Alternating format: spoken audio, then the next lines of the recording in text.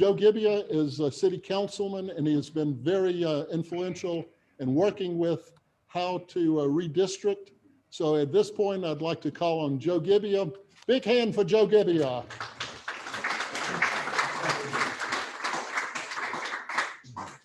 Morning, everybody. How are we doing? How are we doing? All right, I love it. I love it. Let's get some blood flowing here. Two things I've noticed immediately is the pollen is less and the humidity is picking up. All right, so welcome to Atlanta. Not sure how this is going to work out this morning. It's the first time we've ever attempted to do a live with a virtual. So hopefully, can I see a thumbs up, everybody on virtual? Can you hear, right? How about just one thumbs up? All right, well, it must be on mute. So this is a meeting this morning about our efforts for redistricting. As you know, we are obligated to make sure that we have the best system in place for representation on our residents when they vote. We try to keep our districts at the same population level. We try to keep the variance of those differences as close to zero as possible. This year, the census was supposed to have its information revealed to us as far as what is actually taking place in Brookhaven as far as a change. It was the 10-year change from 2010, and it was delayed. And we have an election this year for several of our spots on council, 2 of our spots on council. So in order for us to make sure that we enter the next round of our elections on the best footing possible, we had to jumpstart our effort ahead of what the census would have provided us. So we hired an outside agency called Flow Analytics that specializes in studying what the population bases are throughout the city through a variety of avenues. And they've come back with 8 different suggestions for us to look at. And what's most important on this is the timing element. And our attorney, Chris Balch, is going to make a comment on that here in just a minute. He'll show you why we're doing what we're doing, which is currently. But we moved to act on this faster rather than delay it because we wanted to have the territory lines for the districts well delineated and well communicated. So anybody interested in running for an office can do so. It's going to be districts 2 and 4 that are up for election. As you all may know, when I first ran for office, I ran on the platform of term limits. And I pledged that if I was to win, that I would limit myself to 2 term limits. This is my 2nd term. I will not be re-seeking re-election. And I've offered my services to anybody that wanted to run for the office, that I would help mentor them. And I'm in the process of doing that right now. I'm very pleased. So we got here because of the 4 districts, and this is why I think I was asked to help participate in this. The only growth area we had as a city was in the 4th district. That's where we were and confined geographically from a boundary standpoint. And over the last 9 years, I've helped to foster 7 annexations into the city of Brookhaven. We all know the byproduct of those annexations, the most visible being CHOA, Children's Healthcare of Atlanta. I mean, those decisions that we made early on as council have paid some significant dividends to the city. That's not the direction I want to take this conversation, but that was a byproduct. And we've also had the largest residential annexation using a method called the 60% method, where 60% of the voters and 60% of the residents all have to agree they want to come into the city of Brookhaven. It was the largest 60% method for annexation in the state history. So that was quite another accomplishment for Brookhaven. But as a byproduct, we ended up increasing our population, and significantly, to the point where District 4 was outweighed when it came to the other 3 districts. So hence, we're going through with this process so we can have as close to an even base, so the residents can have even representation when it comes on council. So Chris, can you hear me, Chris Balch? Yes, sir. Loud and clear. Let's give it a try. You want to go ahead and say what you want to say, and minimally, I'd like to make sure that you repeat what the timing of this is and why we're doing it the way we are? Yes, sir. Absolutely. We're glad to. Thank you, Councilman. Appreciate the opportunity. We have with us, in addition to me, two representatives of Flow Analytics, John McKenzie and Kate Doran, who served as co-project leads on this reapportionment study that they did. And they'll be able to talk more directly about the specifics of the procedure that we utilized to get to where we are. Also on the call is a colleague of mine from Oxford, Mississippi, Ben Griffith. Ben Griffith literally wrote the book on voting rights and voting reapportionments and what the rules are that govern how that gets done. So we have a lot of subject matter experts. I'm the one generalist on the call, but the councilman alluded to a couple of different challenges that we faced. We knew in Brookhaven that we had grown. We'd had substantial development and dense development with townhome projects and others being built out within the city limits. We also knew, as the councilman said, the annexations across the freeway were going to impact one person, one vote. So we started off with sort of an anecdotal understanding of where we were with population. What John and Kate's team demonstrated conclusively for us is that our anecdotal evidence was only part of the story, that we had a greater increase of population than I think we may have anticipated, and that we really needed to redraw lines, because the fundamental rule that we deal with in election law is that every vote needs to be equal. And the Supreme Court of the United States has said over and over and over again, the touchstone for redistricting and reapportionment is total population. You need to get how many people you have in the jurisdiction, divide those equally among the number of districts that you want to have, and then that becomes the measure by which you evaluate all of your success or failures otherwise. We knew to a certainty after Flow's work that had we left ourselves with the existing district lines, we would face a lawsuit, and that we would probably not be able to win that lawsuit. The statute under which we're traveling to do the redistricting also requires us to have the new district lines completed more than 180 days prior to the election in which the new district lines will apply. Since we have an election on November 2, we knew we had to get all of our redistricting materials done, or all our redistricting work done prior to May the 6th.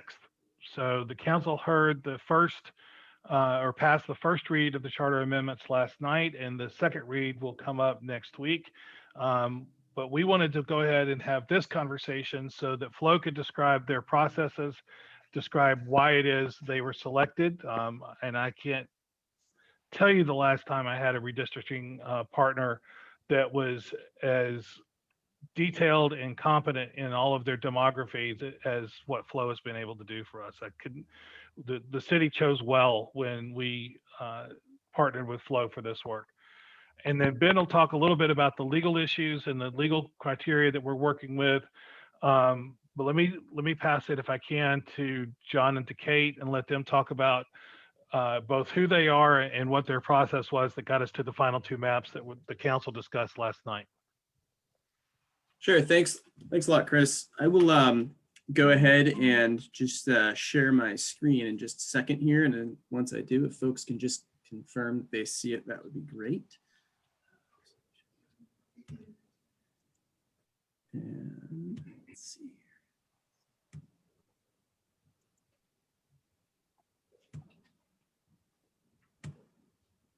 Okay, I should be sharing. Can just get some confirmation everybody sees it. Very good. Good. Okay, so as Chris mentioned, my name is John McKenzie. I am a senior analyst with Flow. I'm also the director of business development. Kate, why don't you introduce yourself? Hi, Kate Doran, also at Flow, and I am a senior analyst and a project manager. So yeah, a little bit about us. We are a GIS and data analytics firm. We work almost exclusively with local government, cities, counties, and we do a lot of work with school districts. The past 5 years, we've done over 80, and actually, I think within the past couple of weeks, that number has now been pumped up to over 90. With there's a lot of this work coming down the pike with the census data coming out. So we've done a lot of redistricting and demographic analysis projects in the last 5 years. We have worked all over the country. We do a lot of work with really small rural areas in the Pacific Northwest. And then we also do work with larger urban areas in the East Coast. We're really working all over the place doing this work these days. What kind of sets us apart is that we have some very very specific expertise in sort of synthesizing data that's coming from different locations in order to create these demographic estimates and projections. And that's a skill we really honed when we were working with our school districts. A lot of times school districts are asking us to help forecast population for them so that they can understand what their enrollment is going to be in 5 or 10 years. And that's to help with their capital facilities plans so that they understand that they have the buildings and the programs that are going to be required to support their student population now, but also 10 years down the line. So that's really, really where we developed the skill set that we were then able to apply in this particular exercise in this project here for Brookhaven. Kate, do you want to go ahead here? Yes, I do. So I think Chris was talking about this earlier, but we do have qualifying dates for the November elections, August 18th through the 20th. So that's coming up sooner than the census. So the census has delayed the release of the data files until September 30th. So we can't wait until those come out. So that's why we're working on this now. So in 2012, the whole city was very well balanced, within 0.5 percentage point of making up 1/4 of the city in each district. But now we can see in this map, we have, some districts are at 22.2, 22.1, the other two are 27.5 and 28.2. So we have an imbalance with the districts that we need to correct before this next election. So can we do this without census data is the big question. And the answer is yes, we can. So what we are taking into account is American Community Survey data, which is census run program with demographic and housing estimates. So we have a 5-year estimate that goes from 2014 to 2019. That's at the block group level. So it's not as detailed because it is a survey that does not, we don't survey everyone. That's what the census is for. So we are using this 5-year estimate as part of our data. Census has a population estimate program that we use. The Esri is a GIS software company, and they do a lot of data development as well. So they have a demographics program with 2020 estimates. And then we use the Atlanta Regional Commission population and employment forecasts, and also building permits from Brookhaven to try to determine what, about how many people we think are now currently living in the block areas within the city. Okay, I'll jump in here because I think I snuck this slide in this morning before you knew it was going to be in here. So I'll take this one. Go ahead. So, an important thing to understand when we're doing these, these estimates is that we've really got a lot of different data that we're looking at, as Kate just mentioned, and we've also got not just the attributes of that data in terms of the population, race, ethnicity, all that demographic information, but we also have the geographies to work with. And an important thing you need to consider when doing redistricting is that the census block geographies, so the physical space, the area where those populations are located, are defined at each census with these census blocks, which are these shapes that essentially all together make up the puzzle of what is Brookhaven when it's all put together. And those shapes change, right? Those shapes, as they were in 2010, are going to be different than they are in 2020. And while the census has not yet released the 2020 data with regards to the demographic information, they already have released the data with regards to the census geographies. So we know what that sort of physical, the shape of that puzzle looks like. We know what those blocks look like. And we have that data for the city of Brookhaven. The challenge then is taking all this other information that we're looking at to come up with these census estimates and these demographic estimates, and then to allocate them into each census block, using sort of a crosswalk between what they were in 2010 and what they are now in 2020.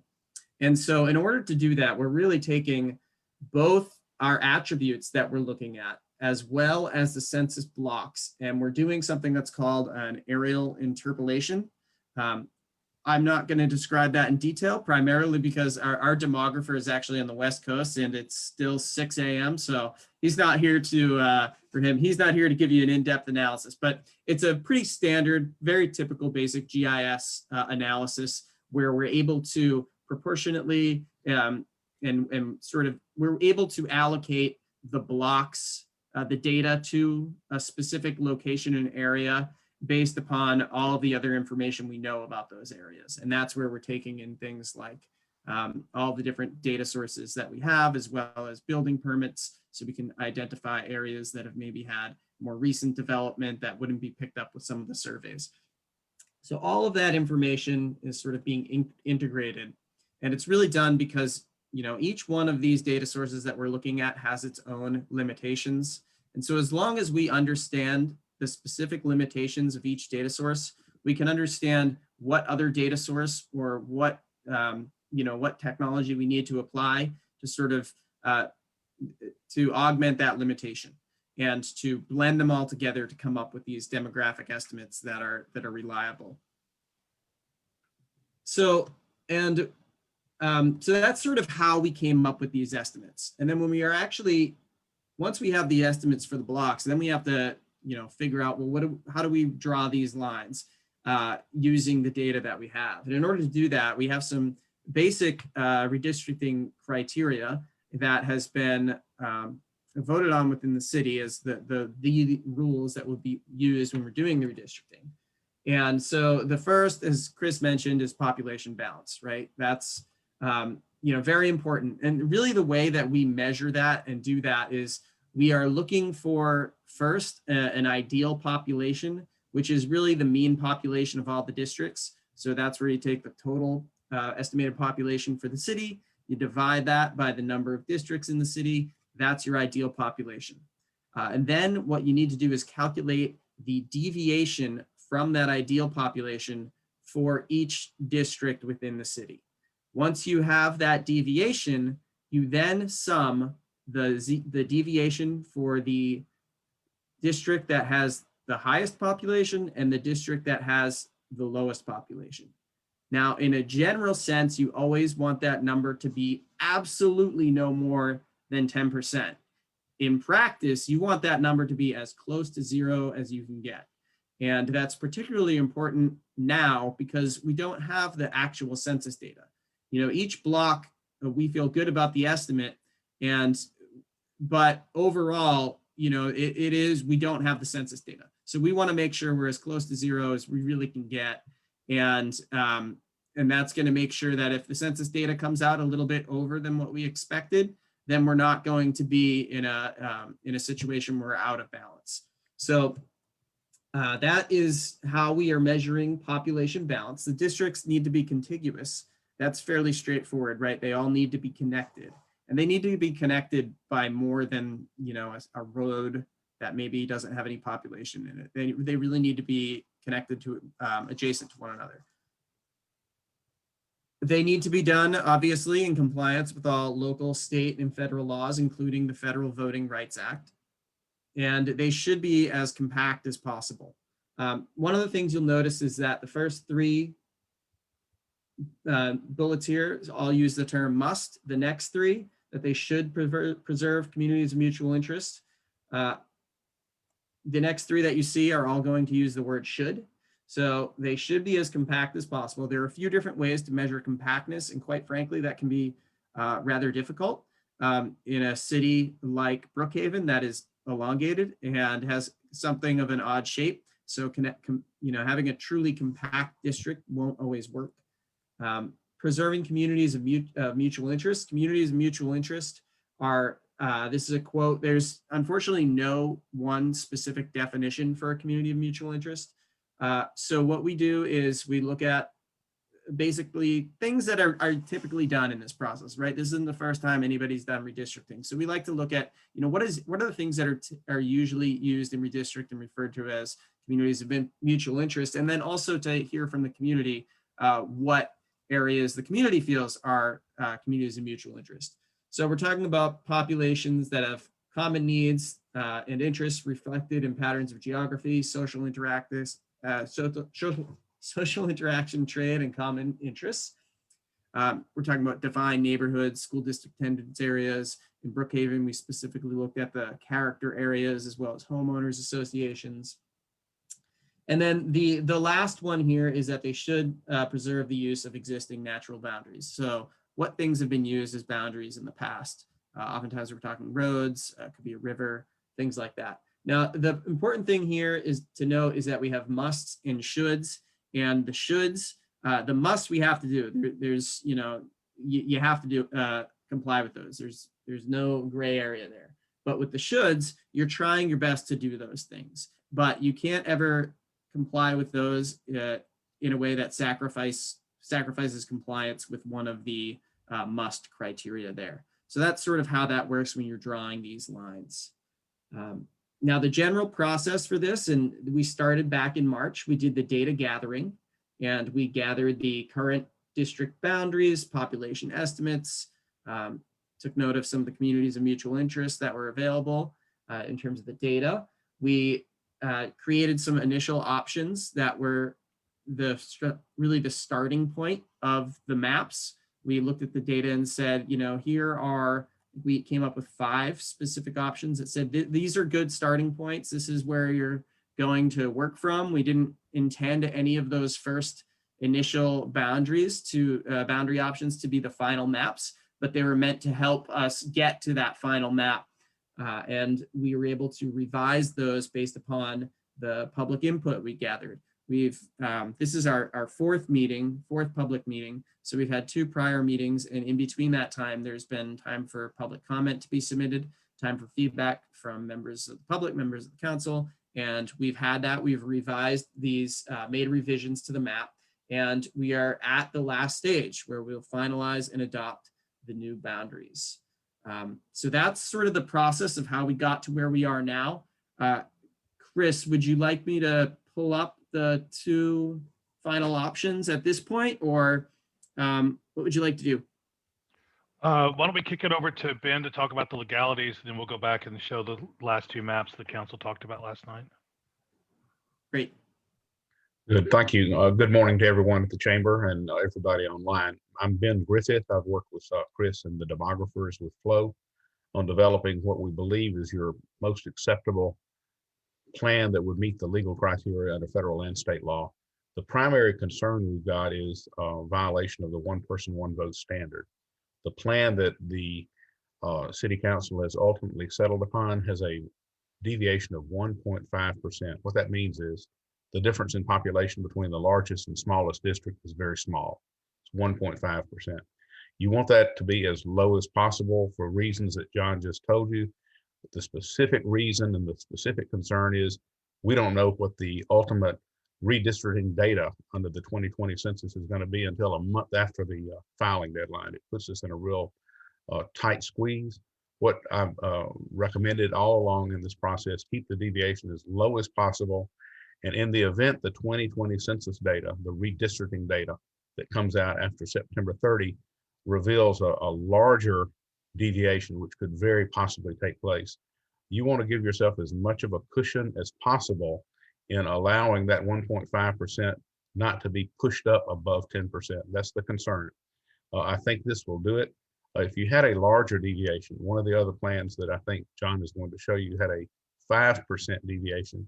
That's just based on the old census, the American Community Survey, and I think development information permits, et cetera, state, county, and regional population forecast, land and building development records. If that were to be from 5% pushed up above 10%, you have a one person, one vote violation automatically. This minimizes that possibility. That's the key. You also have to comply with the Voting Rights Act's Section 2, which is a nationwide provision that simply says you cannot discriminate in voting on the basis of race. You cannot have a redistricting plan that results in diminution or negation or reduction of the voting strength of a identifiable minority so that they are deprived of their opportunity to elect the candidate of their choice. There's no indication that the city of Brookhaven has had in the short period of time since 2012, since it came into existence, any significant issue with respect to white racial bloc voting, racially polarized voting. Those are the key things that we will be looking for in determining whether there's a need to go into a further detailed process of creating a majority minority district. That's a district that has a majority of its members from the racial minority. As you can see, and I think John's going to put up plan, the plan 7, I think the one is ultimately adopted, that will show you the 1.5% deviation. Plan 8, which is the one that had a 5% deviation, that one likewise follows the same geographic requirements. The key is the city has relied upon general population, not voting age, not registered voters, but general population, which is the required constitutional standard. Now, that said, the city is not prohibited after the election that takes place later, not prohibited from coming back after the 2020 redistricting data is available and revising the redistricting plan for the city in light of the real existing redistricting data. That's just not in hand yet. And I've advised the city council and mayor that if they so choose, even after the plan is in place and after the election has taken place, they are permitted, and there's no prohibition against this, to go right back into the redistricting process and revise and update and refine that plan based on real data, the data under the 2020 census redistricting data release that will come from the U.S. Bureau of Census. That's pretty well where we are. It looks like the plan that you've got in front of you is going to be the most acceptable from a constitutional one person, one vote standard. And the idea of coming back to revisit that is not prohibited.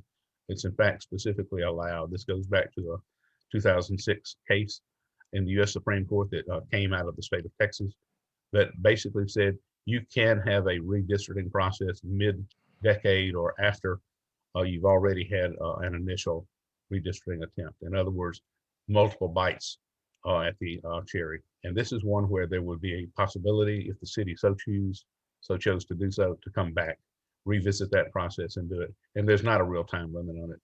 I think Texas, among others, has actually done this twice, coming into a redistricting cycle and coming in a few years later and doing it again. So you've got that option, and that's one that'll be available to the city council at a later date.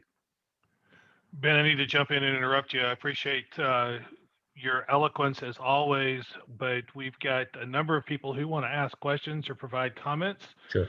So I need to get Burke to help us navigate those options and let people offer additional insights or ask questions as they choose. Fine.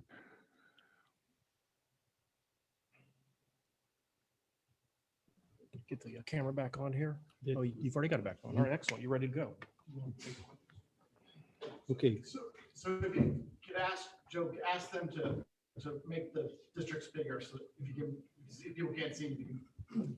can, who's handling the graphics?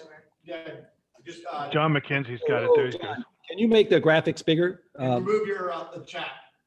Okay, gotcha. There you go. I gotcha. Yeah, I can't see the chat now. Okay. Unless I'm moving over. There you go. Let's start with questions from the floor. If anybody's got questions from the floor, and then Yeah. I'll facilitate questions from the chat. Okay, great. And then I'll direct them to the correct person if necessary. All right, do we have any questions on the floor of what we just heard as a presentation from Flow Analytics and from our legal team? Yes, Dr. Ventola. Are the districts expanding? Are the districts expanding was the question. John, come on up. Yeah, I'll come up. Yeah, join you. No, the districts aren't, there's some portions, as you can see, these are the natural lines of what the districts are now. The new colors are where they're going. So, everyone's expanding somewhere, except for 4 is kind of shrinking because there's a larger population. This one man, one vote, you have to get that to about 25%. If you notice, all the lines on this map follow street lines. This is for Mance. So everything north will be into District 1. John, Yep. they can't see you online doing that. so Okay. Let's just talk verbally. Okay. please. Sorry. And then, so you have all Linwood Park would be in District 1. Everything, and then south, all of historic Brookhaven, Osborne's all together. Brookhaven Fields is together. So when you come on the south side below Peachtree, you have the dividing lines going to be North Druid Hills. So when you drive, it's going to be very easy to know. So when you drive down North Druid Hills, everything on the right will be District 3. Everything on the left will be District 2. And then you hit Briarcliff. It's the same thing. That's that line right in that area. If you guys can see Yeah, that's good. right there, that's Briarcliff Road. You come down, all of Lenox Park is together. Pine Hills is a little split. Everything in La Vista Park is together. Most of the Brief Highway corridor on the south side obviously is in District 4, and there's just that one little bump out right there in District 2 that is going into District 4 because the population grows. They're really compact, and the only real major change for most people would see is District 2 kind of goes up into District 1 through the golf club. And so basically the old folks home right at the border and Pure Taqueria would go into District 2. And those apartments there. So everything else, for the most part stays the same. That's the major things. And that's the 5% map, which they talked about, basically took out that inclusion into District 1 from District 2. That's the only difference between the 5% map and the 1.5% map. Mm-hmm. So that's kind of, it keeps all the communities of interest together. Mayor, Yeah. can you just tell us again, the color is what number? So the Sure. green. Green would be 1, yellow, orangey would be 2, purple's 3, light green is 4. Thank you. Now, So they would basically stay the same as they are now, roughly. All right, when we're taking questions from the floor, if you could repeat the question so everybody can Okay, understand. and the everybody can question speak. was, Yes, thank you. what are the colors of the district? for those, Yes, There's been some rumors that you were considering creating a 5th district. Did you talk about those are rumors created by rumors. Yes, Sonia. A population, like a breakdown of the districts, demographics of what's in District 1, District 2. They're down, yeah, they're, So you kind of have an idea. whoops, if you could go down, all the statistical numbers. There you go. And if you could increase that size. Yeah, if you can see that right there, you go. So the ideal district is 15,429, and here's what the estimates are right there and right there. And the demographics are below if you would cycle down to the demographics.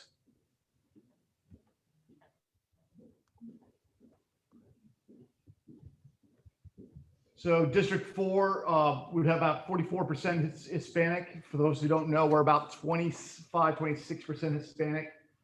We actually went up from 9% African-American to about 12% African-American, went from 3% Asian to about 6 to 9% Asian is the overall breakdowns off the top of my head. I might be off 1 or 2% here or there, but that's about right. And so the District 4 would be about 44% Hispanic. There was still a large 2 and 3 would have large Hispanic populations. Yes, which seats are going to be on the ballot?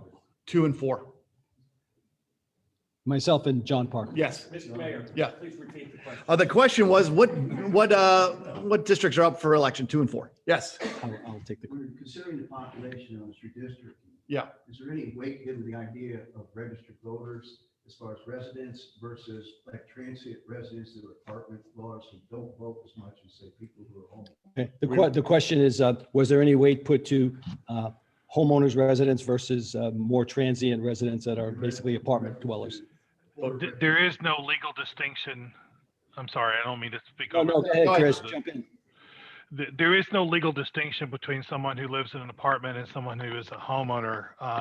We did away with land ownership requirements as a voting criteria a long time ago. With respect to registered voters, the Supreme Court has never said that a registered voter are a appropriate sole measure of redistricting. They've always said that it's total population under the 14th Amendment. In one case out of Hawaii, there was a registered voter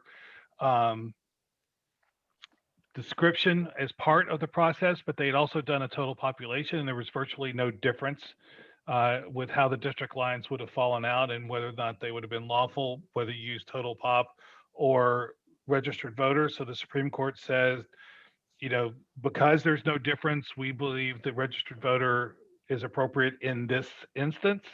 But given the fact that they relied on the fact that there was no statistical difference between the total population and the registered voter, I think that was the primary motivation that said that those two were functionally the same.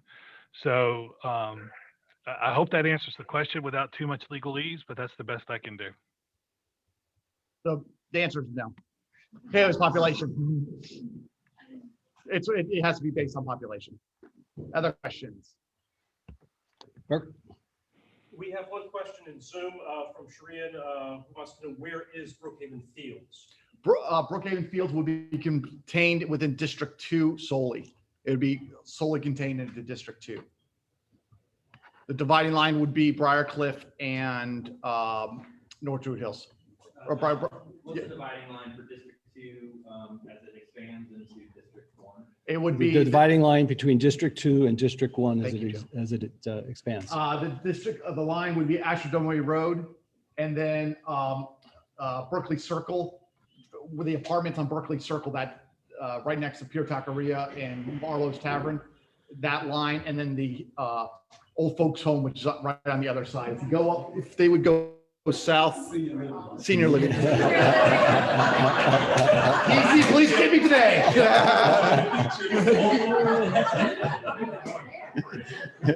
You're going to be there soon. If you would go down south. John, can you go south? Go south. I mean, yeah, show me north of District 1. District 1. District 1. Go back up to the top. Yes. There you go. Senior living. Life's end zone.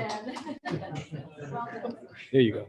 Yes. Are districts drawn every 10 years? Yes, districts are always drawn every 10 years. So we're going through redistricting process. Ask the question. We're going through the redistricting process right now.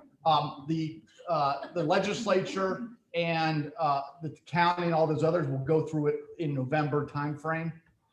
There's always the big political battle of reapportionment. Redistricting and reapportionment are basically the same word. And there's that big political battle that will happen in November timeframe. Question was, what districts always redrawn? Yes. So a question about analytics. With so much population movement over a 10-year period, is any of the anticipated growth built into the analytics? The answer, based upon analytics, our growth built in. the answer is yes. Growth is built in to what we believe the population is. So when you redistrict every 10 years, you base it on the census, and the census gives you real hard fact numbers. Since we don't have that census data, we're basing it off of the analytics of where we believe the growth are and the people are at this point. We're going to, in September, we're going to get numbers from the census in the census blocks that are going to tell us whether we are right or wrong. And again, we can reapportion afterwards to make if there's some discrepancies or something. This is why we hired Flow Analytics. So they're experts at this, and they've used 5 different data sources that really helped pull it all together. It would be national as well as local. When they do our building permits, we can really get to micro levels about how the analytics break out. Mayor, Councilman Gibby, we have a question from Sammy Purcell, reporter with reporter of newspapers. Hey, Sammy. And Sammy, if you just want to unmute yourself and ask your question, we'll take it live on the floor. Sure. Hey, everyone. I just wanted to clarify if scenarios 7 and 8 online are the final two options that the council will be choosing from. Are those other drafts no longer viable? The answer is that we have passed option 7 at this moment at our first read. Every option is still viable or could technically happen. It is up to the will of council to determine the seats or to determine the map. But we have passed in the first read option 7, and we are looking to pass it next Tuesday again, and we draw the map. So, but any option is technically viable up until the point where we pass the maps. I'll make a quick comment on that. Is none of the scenarios were the best that we want as individual council members. So it was a compromise, obviously, but the goal was to have it be as close to zero discrepancy between the population bases between the councils, each council seat. And I think on option 7, we came at 0.5%, which is phenomenal. So that was a really, really good reason to have a good compromise.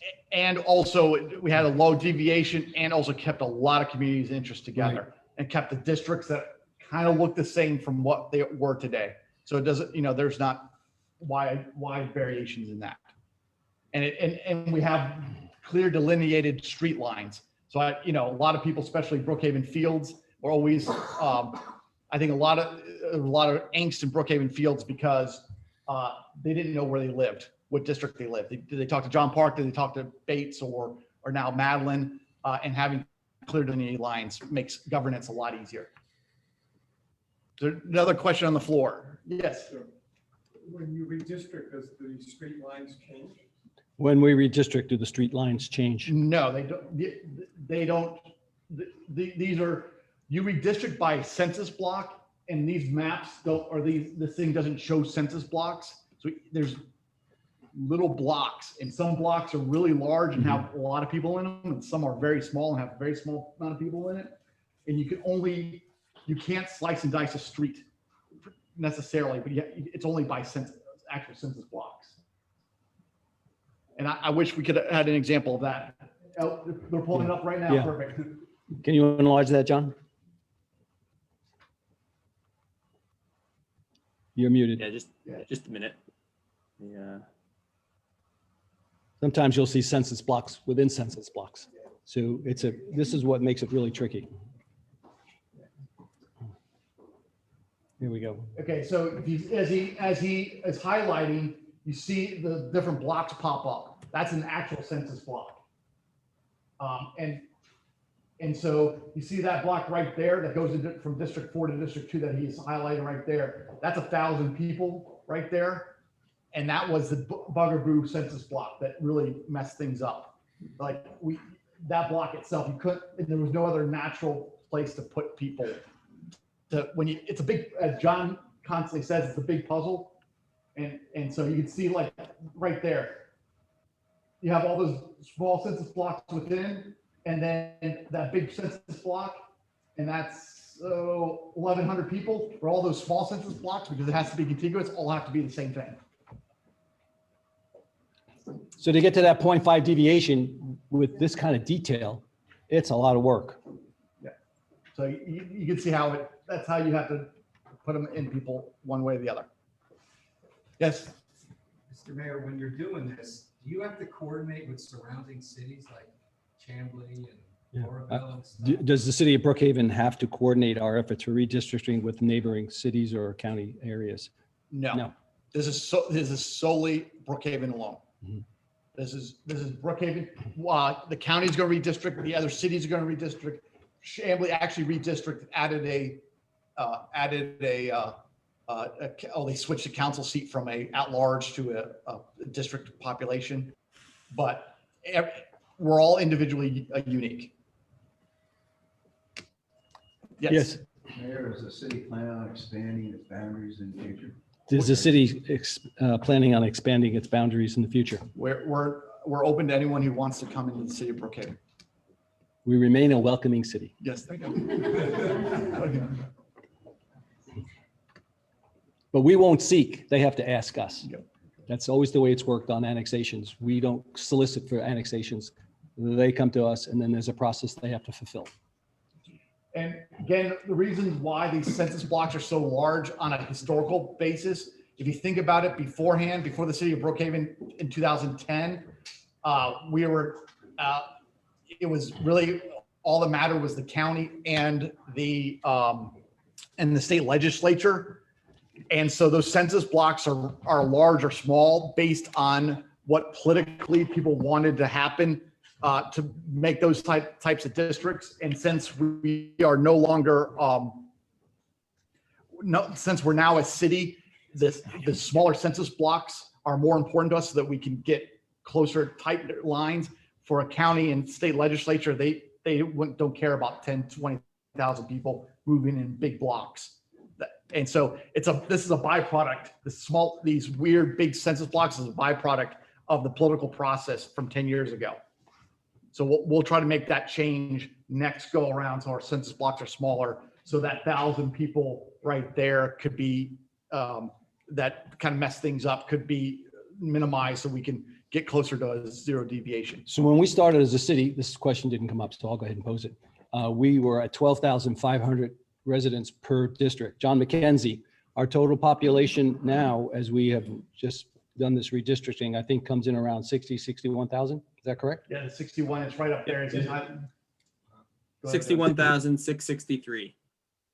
So that's how much we've increased over the 9-year period, 8-year period, basically, including the annexations and just growth of city itself. And you saw that in District 3. Yeah. In Madeline's district, it went up from 25 to 27 point something. Because in the 2010 census did not have the 2 apartment complexes on Dresden Drive. Right. If you just think about that kind of development and growth, those apartment complexes come in 2012. They raise the populations up and all the town and such. Any other questions from the floor or from? Because we are running late. Ask anyone from Zoom, last call, I've already posted. Last call for anybody on Zoom if you'd like to ask a question here on the redistricting. And any last question in the floor here? One more. Sure. La Vista Park, Yes. that's gonna be in the bottom area, right, bottom of the floor? Yes. Okay, and how many residents did that bring in? La Vista Park is at the southern end of District 4, and how many residents does it bring in? I believe that was approximately 2,500. Yes, and it was about 685 homes. So it was huge. But you know what? When you think about when you do that type of annexation, you don't want to just take commercial if you're a city. You want to balance out because the tax base is different and they justify each other. So there had been a series of annexations which was primarily commercial. So handling the residential areas that use those commercial centers made a whole lot of sense. And we did the right thing. And we're going to see the actual number here just a second as they are processing the information as John was doing it on. 2,500 people. 2,583. Good job, Joe. Any other questions? Not going to the old folks home soon. Life's end zone. Anything else? At this point, I think we need to. There you go. All right. Thank you all for joining us, and send any other questions to us at council. Cheerio. Have a great day. Okay, guys, that's it.